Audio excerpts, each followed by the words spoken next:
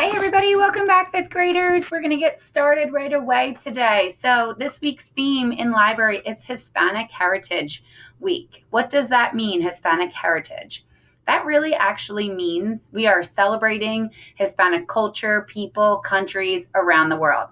You might be asking yourself, where do the majority of Hispanic or Spanish-speaking countries, where are they located in the world? Well, a very large portion or majority of the Spanish speaking countries that we're going to be kind of highlighting come from Latin America. So, Latin America are those countries that are Mexico and south of Mexico. So, they include countries like Colombia and Costa Rica, home to one of the most amazing rainforests. I've never been there, but hopefully one day I will get to Costa Rica. Other places like the Dominican Republic, El Salvador, Ecuador, Chile, Peru, all sorts of really cool countries with just such an amazing flair for their culture. Hispanic culture is alive and vibrant and incredibly family oriented as well.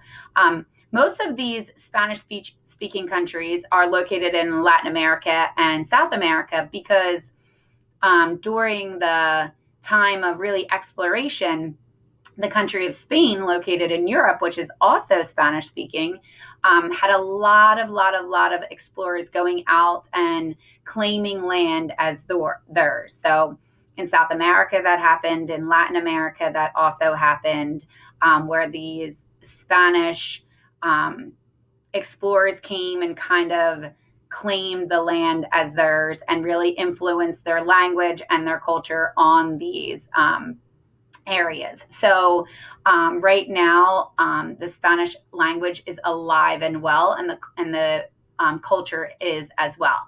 Now, not all Spanish-speaking countries have the same culture. So, like Mexican culture is different than Chilean or people from Chile.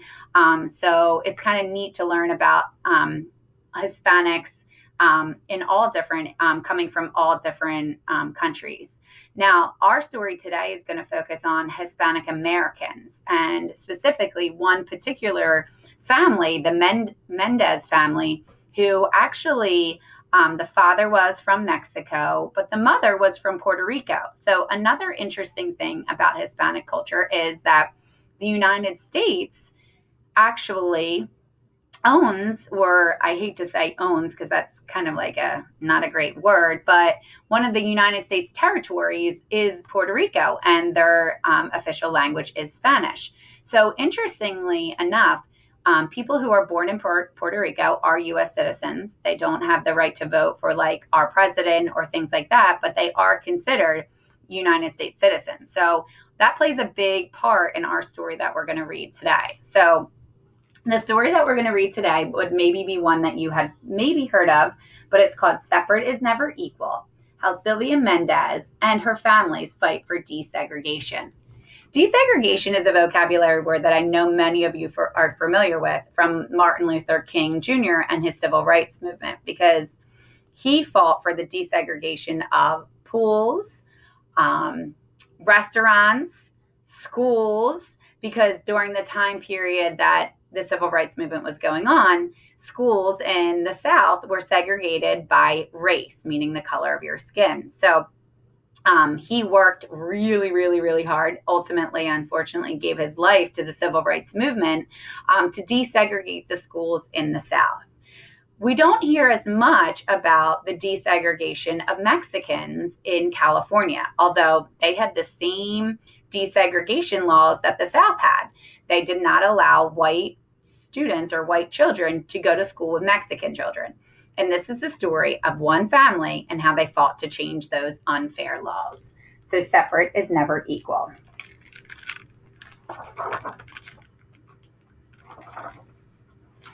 Sylvia had on her black shoes. They were shiny new. Her hair was perfectly parted in two long trenzas. It was her first day at the Westminster School. The halls were crowded with students. She was looking for her locker when a young white boy pointed at her and yelled, "Go back to the Mexican school. You don't belong here." For the rest of the day, Sylvia did not speak or introduce herself in her classes. She kept her head down when walking in the hall, and when she got home that afternoon, she told her mom, Felicitas, what had happened. I don't want to go to that school anymore. The kids are mean. Sylvia, said her mother, no sabe por eso los moncios. Don't you know that's why we fought? There's a lot of Spanish in this book, so I'm going to do my best, but I'm going to tell you all right now. If you can't get better if you don't try, but I am not a very proficient Spanish speaker. 3 years earlier, in the summer of 1944, Sylvia and her brother Jerome and Gonzalo Jr. and their parents had moved from the crowded city of Santa Ana, California, to a farm in nearby Westminster. Her father, Gonzalo Mendez, had labored for years as a field worker. Labored means worked in the fields as a field worker, picking crops and vegetables and all sorts of things. It's very hard work.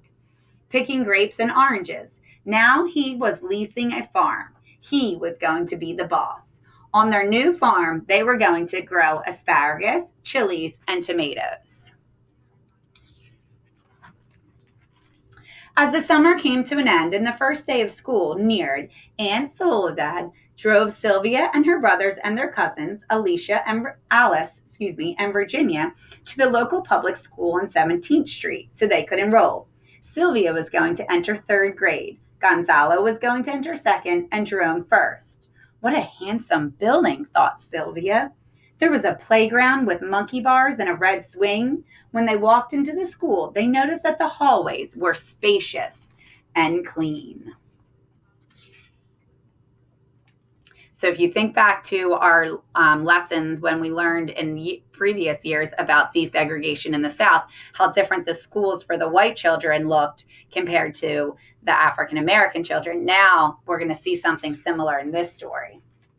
I'm here to enroll the children in school, said Aunt Soledad when they arrived at the principal's office. The secretary gave Aunt Soledad 2 enrollment forms, one for Alice and one for Virginia, but she did not give her enrollment forms for Sylvia and her brothers. They cannot attend this school, said the secretary. They must go to the Mexican school. Why do I have to go to the Mexican school? Sylvia wondered. She was not Mexican. She was American. She spoke perfect English. Her father was from Mexico, but he had become a U.S. citizen. Her mother was from Puerto Rico, which was a U.S. territory. Aunt Soledad was upset, but we all live in this part of town. Sylvia looked at her cousins. They had light skin and long auburn hair, and their last name was Vidari. Their father was Mexican, but of French descent. Then she looked at her brothers and at her own hands and bare arms. She wondered, is it because we have brown skin and thick black hair and our last name is Mendez? Rules are rules, said the secretary. The Mendez children have to go to the Mexican school. I will not be enrolling any of them then, said Aunt Soledad, and she stormed out of the office, taking Sylvia and the other children with her. So this secretary in the school is judging Sylvia and her brothers totally on their appearance, what they look like, the color of their skin, their hair. When they arrived home, Aunt Soledad told Sylvia's father what had happened. Mr. Mendez told her not to worry. It had to be a mistake. He would take care of it. He was a businessman, and he was used to dealing with people. The next day, Mr. Mendez met with Mr. Harris, the superintendent of the Westminster School. Mr. Mendez explained that his family had just moved to a nearby farm. The public school on 17th Street is the closest school to our house, and my children should attend it. Your children have to go to the Mexican school, said Mr. Harris. But why? Asked Mr. Mendez. He was not given an answer other than, that is how it is done. In the following days, Mr. Mendez met with Mr. Atkinson, the county superintendent, who was Mr. Harris's superior. That means boss. And then with the school board, which oversaw all of the schools in Orange County. But they all said the same thing. Your children have to go to the Mexican school. But why? Mr. Mendez kept asking. No one would give him a satisfactory answer. That fall, Sylvia and her brothers had to attend Hoover Elementary, better known as the Mexican School, on Olive Street in the city of Westminster. The building was a clapboard shack, and the halls were not spacious or clean. A cow pasture surrounded the school, and the students had to eat their lunch outside, and flies would land on their food. There was an electric wire that surrounded the pasture to keep the cows in. If you touched it, you received a shock. The school did not have a playground, not even a swing. So when you think back to the way that Sylvia described the school for the white children, much different. That school was a beautiful white building with spacious and clean hallways, a beautiful playground. This is a shack surrounded by an electric wire fence that's supposed to protect the cows. They have to eat outside on the dirt floor with flies and other gross things. The Mendez family did not give up. Time and time again, Sylvia heard her father talk with coworkers, friends, and other parents. It's not fair that our kids have to go to an inferior school. Inferior means not nearly as good as. It's not, he said, it's not only the building that's a problem. The teachers at the school don't care about our children's education. They expect them to drop out by the 8th grade. How will our children succeed and become doctors, lawyers, or teachers? Mr. Mendez created a group called the Parents Association of Mexican American Children. He tried to collect signatures for a petition to integrate schools so that all children, regardless of their skin color or background, could have the same opportunities. That should ring a bell with you with Martin Luther King. But every time he asked someone to sign the petition, he would get the same answer. No queremos problemos. We don't want any problems. Many of the parents worked on farms owned by white families and feared they would lose their jobs if they supported the petition. So even though they believed in it, they were afraid to sign the petition that they would have some type of retaliation brought against them by their owners or their bosses. One day, a truck driver overheard Mr. Mendez trying to convince a worker to sign his petition. You know, said the truck driver, you could file a lawsuit. The truck driver told Mr. Mendez about a lawyer named David Marcus, who had filed a lawsuit on behalf of people in San Bernardino and had helped them integrate the public pools there. At that time, not only were schools segregated, but also public places as well, such as pools, parks, and movie theaters. Some businesses even had signs that read, "No dogs or Mexicans allowed." Mr. Mendez decided right then and there to hire Mr. Marcus, even if it meant having to spend all of his savings to do so. Can you imagine being a human being and put in the same category as dogs and saying no dogs or Mexicans allowed? Again, a lot of similarities here to the civil rights movement. Over the next few months, Mr. Mendez and Mr. Marcus traveled all over Orange County, California, looking for people who had experienced similar problems. Sylvia watched her father leave early in the morning. Sometimes she saw him come home in the evening, but often she only heard footsteps when he got in very late at night. Now, while he was away, Sylvia's mother had to take care of the farm. Mrs. Mendez would get Sylvia and her brothers ready for school, and then she would go out to the fields. She started the irrigation system, drove the tractor, oversaw the workers, and solved any problems that arose. You go, Miss Mendez. You go, girl. You always need a strong woman to run things behind the scenes. With the help of Mr. Marcus, Mr. Mendez found and talked with other families who were dealing with segregation. One of them was the Estrada family. Mr. Estrada had fought in World War II. He had risked his life next to Americans of all races and backgrounds. But when he returned to America from the war, he found out that his children were not allowed to attend school with white children.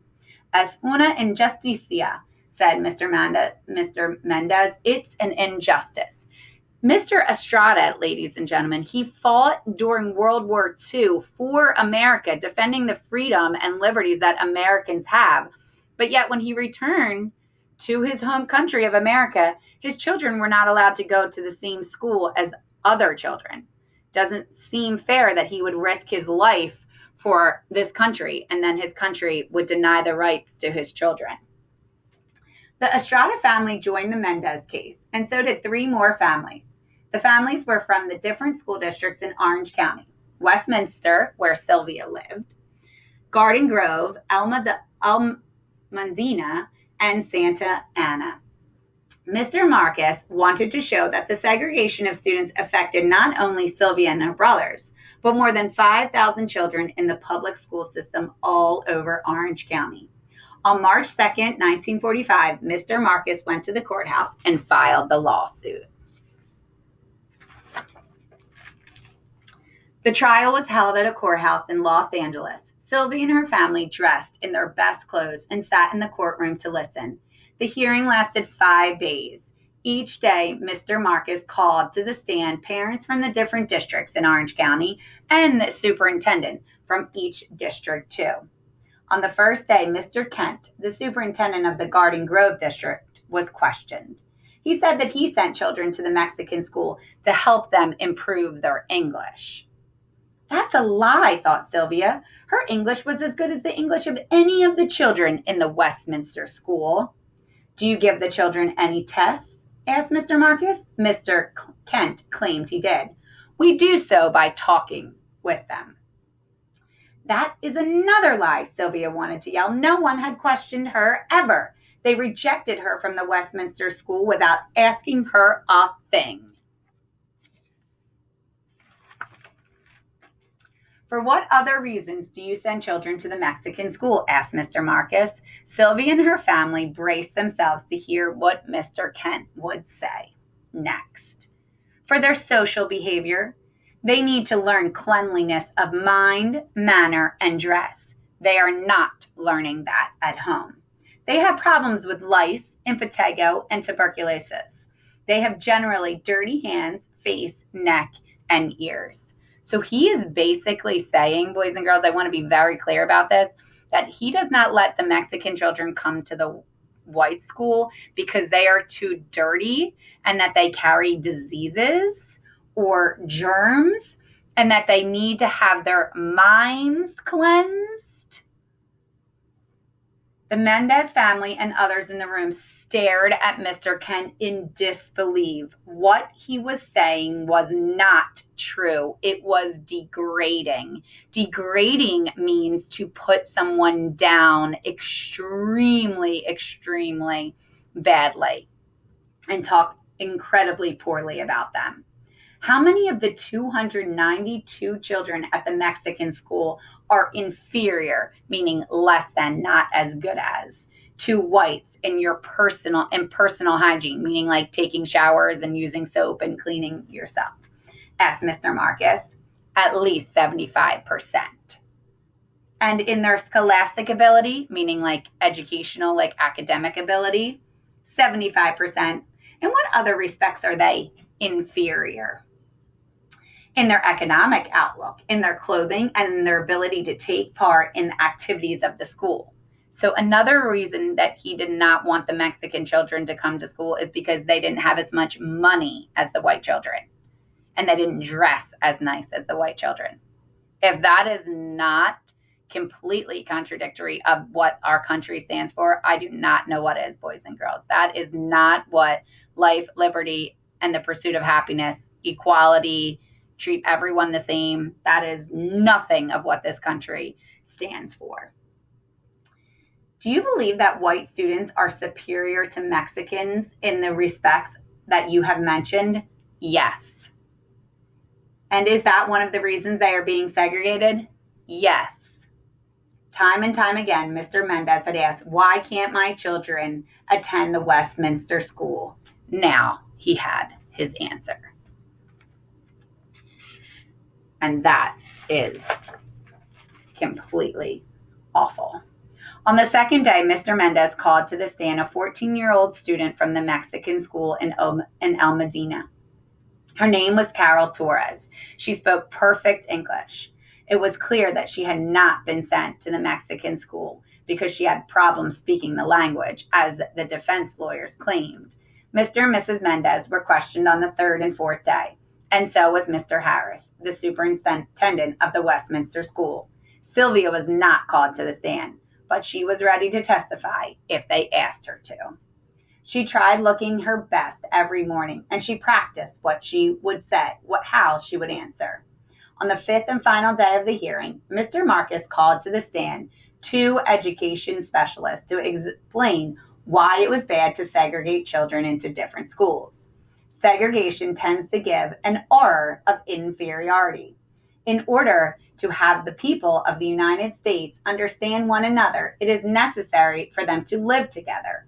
And the public school is the one mechanism where all the children of all the people go, said one of them. The judge nodded his head. He seemed to agree with him.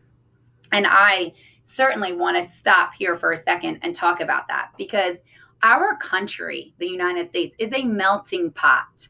You know, all of us have ancestors, the majority of us all have ancestors that were at one point immigrants to this country. So in order for us to all learn how to peacefully get along with one another and learn about one another and be able to really, peacefully grow and exist and all of those things, it's incredibly important that we experience and learn from one another and go to school together and just be in the presence of one another, because we're never going to be able to learn about other people if we don't let that happen. Judge Paul McCormick took almost a year to give his decision. I just want you to think about this, boys and girls. The trial lasted 5 days, just 5 days. It took the judge a whole year, 365 days, almost a whole year, to make his decision on this court case. I think he probably had a lot of pressure on him to make a certain, decision one way or the other. But when he did, he ruled in favor of the Mendez family. In his ruling, he said that public education must be open to all children by Unified School Association, regardless of lineage. Lineage is like where your parents came from and what country they came from or their grandparents came from. So he's basically saying, like, it doesn't matter where you came from. Everyone should have an opportunity to be educated in the same place.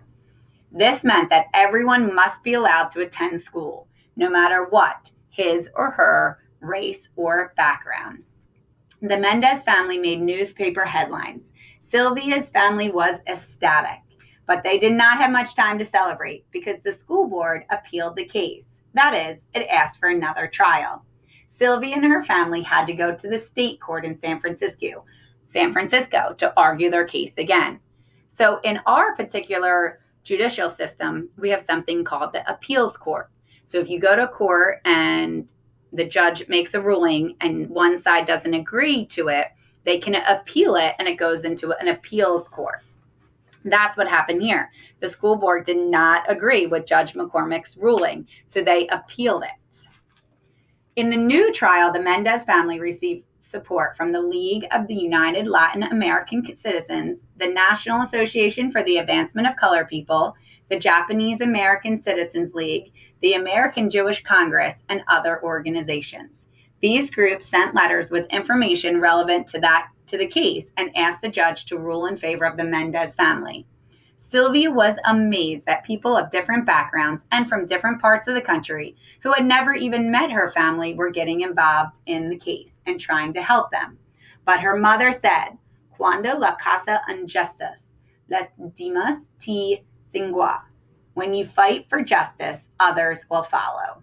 On April 15th, that's my birthday, 1947, the judges in the Court of Appeals in San Francisco ruled in favor of the Mendez family again. That June, Governor of California, Earl Warren, signed the law that said all children in California were allowed to go to school together, regardless of race, ethnicity, or language. So this was the end of segregation in California. So remember, said Sylvia's mother, we fought to make sure you could attend a good school and have equal opportunities. Sylvia thought long and hard about what her mother said. The next day, she returned to the Westminster School. This time, she did not listen to any whispers. She ignored the children who pointed at her and called her names. And let's make no mistake, that's probably not very easy for her to do. Instead, she held her head high. Her parents had fought not only for her and her brothers, but for all their classmates. Looking around, she saw that other children were smiling at her. By the end of the day, she had made a friend. And by the end of the school year, she had made many friends of different backgrounds. She knew that her family had fought for that. And on the next page, there's an author's note that's quite long. We're not going to read that. But I do always like, whenever we do a narrative nonfiction, meaning a nonfiction story, so a true story, but written in a narrative form, like a story like this one, I always like to point out the true photos and actual real information, because there's obviously the whole story is real. So this is Sylvia Mendez as a young girl, and these are her parents. Pretty amazing two people who really fought for the equality. And then we have her two schools, and this is Sylvia Mendez as an adult woman here, adult grown up. So today, ladies and gentlemen, I want you to take a look at the next slide once we're done reading this. Now that we're done, I want you to take a look at the next slide that has a recent Google Doodle. I know that we all love looking at the Google Doodles, and that it was actually based on Sylvia's mother, and she's interviewed on there, and it tells you a little bit of background about the Google Doodle. And then for your activity today, you're going to actually get to have a choice. You have a choice of completing one of 3 activities. All of those activities are found on the second slides, a Google Slide choice board, and you can click on whatever one that you want to complete. You're going to complete it on the Google Slide, and then you're going to submit that Google Slide in through Google Classroom and hit turn in. Great job, boys and girls. I hope you enjoyed our story of Separate is Never Equal. All right, bye-bye. See you guys later. Have a great week.